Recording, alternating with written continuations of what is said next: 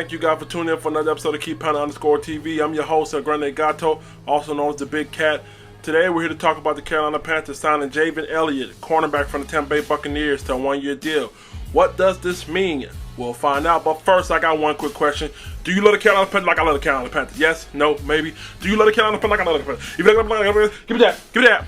So today we're going to break down my man's footage, talk about what it means for us, and what he brings to the Carolina Panthers. Let's get into it. What's going on, my cool cats? Get your paws in the air. You want to be a part of the Cool Cat Nation, you got to subscribe. If not, you can't get them paws. Okay, enough of that. My man Javien Elliott graded out at 63.8 last year, according to ProFootballFocus.com, which makes him an average quarterback according to their metrics. Now, he only had one interception last year, and yes, it came against us, and yes, I'm going to show it. Also, he had 24 tackles, one quarterback hit. He's been with the Buccaneers for 3 years. 2017, he played in 15 games, only had 5 tackles. Now, the thing that I like about him, he's not very big. He's 5'11", 175 pounds, but he plays with a big heart. And I'm going to show you on some footage where my man lives up to that, okay? What you can call him is a run-stopping cornerback. You know how Dion was a pass-stopping cornerback first? Well, it doesn't mean that he can't play the pass. It means that he just kind of average at it, but he excels at run blitzing and stuff like that. So he fits in well with the Carolina scheme, which requires you to have your secondary come up and stop the run as well. What I found on footage is they had him play cover 3 in a nickel pretty much on 4 different tapes. I watched the Falcons, I watched the Panthers tape, I watched the New Orleans Saints, and I watched the Dallas Cowboys tape. And he was in the nickel spot, played cover 3. And he only had 3 responsibilities. 3 responsibilities every time. He had cover 3 drop coverage, where he drops back, plays the sideline. He had cover 3 underneath coverage, where he fans out and plays underneath the wide receivers. And then he had zone 3 blitz. That's all he had the whole time. So I'm going to show you guys on footage what that looked like. So this first footage is against Cam Newton and Carolina Panthers. Now, like I said before, he's lined up in a nickel spot. There's only 3 things that he's going to do throughout these 4 footages I'm going to show you. He's either going to blitz, he's either going to drop back and play the sideline, or he's going to come underneath. Now, he does such a good job disguising his blitz with this fake jump step right here that the slot receiver even points it out as, hey, he's finna go. So what happens is Cam Newton is baited into it. He makes a bad read. Really, if you look on tape, man, I watch about an hour a piece of each of these film. If you do your homework, if you look at your study guide, you'll see every time this guy on the field that he's doing these same 3 motions. So you just up to you to figure out which one it is. He makes the wrong read. Hey, and guess what? He based him into that. He's going the other way. All right, so this next clip, what is he going to do, guys? He's either going to blitz, he's either going to drop coverage, or he's going to play the underneath. Now, as I said before, somebody get in the comment section, put this up there. If you're going to play secondary in the Carolina Panthers defensive scheme, you better come up and play what? You better come up and play on the other side of the line of scrimmage. Somebody put that in there. I'll pin it to the top. But this is exactly what he does on this play. Again, he disguises his blitz real well. He's lined up against the receiver, acting like he's finna be man-to-man. He doesn't play a whole lot of man. Like I said, these are pretty much the 3 things that he does do when he's on the field. And he comes down the line, he scrapes down the line, and he makes the play. Now look, he's only 5'11", 175 pounds. If you look at the end of the play, Zeke Elliott takes him for a ride a little bit, but he makes the play. So I gotta give him for his big heart. He has a big heart, not afraid. He plays fearless. I watched tape against Julio Jones. Guarding him, same kind of result, but he's not afraid to play big-time players. So what you're going to see on this play right here is 30-19 against the Saints. He's doing a drop coverage, zone 3 drop coverage. He has the sideline, the deep sideline. What's going to happen is they're going to throw it short of the sideline. So what's he supposed to do when they throw it short of the sideline? He's supposed to read, react, and recover, and that's what he does. He plays the position well. Nothing comes his way. They throw underneath. He reads the play. He reacts to the play. He recovers to the play. Stops him short of the 3rd down, and then gets him off the field. And this is what we need more of in the Carolina Panthers defense. We weren't able to get off the field as much as we needed to in 2018.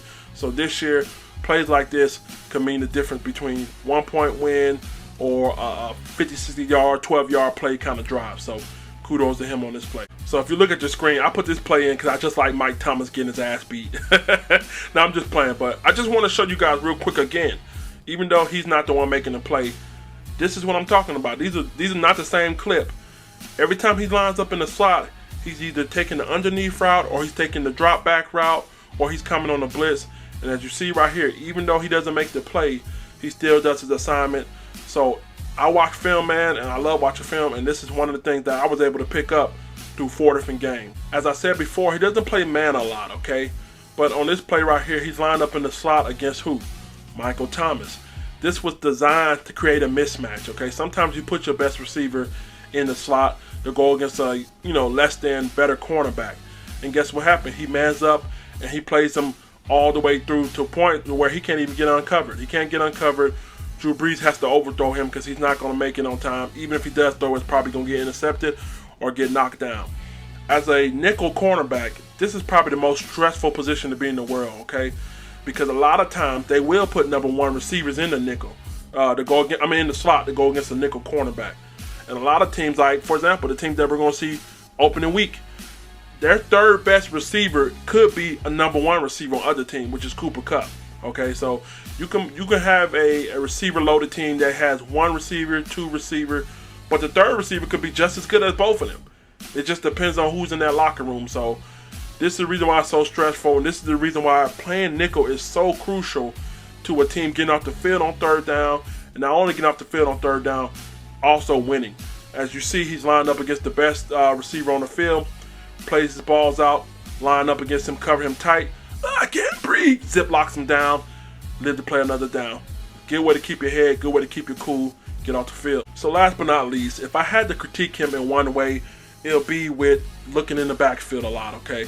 So one thing that reminds me of Rashad Golden, him and Rashad Golden a lot alike. So he does this little thing where he does this false blitz, he does this little false jump thing.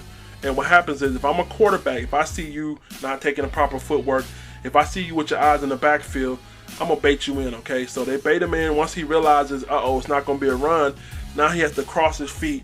His footwork is out of whack. He doesn't have enough depth. He's playing drop back coverage. He doesn't have enough drop back coverage. He doesn't have enough depth on that sideline to recover. Guess what? They throw it right over his head. They give up a big 1st down. So young man, trust your technique. Keep your eyes solid, okay? You got to trust your technique, keep your eyes solid, and make sure you stay disciplined. If not, you can give up this kind of play in the wrong time of the game, in a close game. This can mean the difference between winning or losing. But like I said, he doesn't do this very often, but there are times where I've seen him film where he does.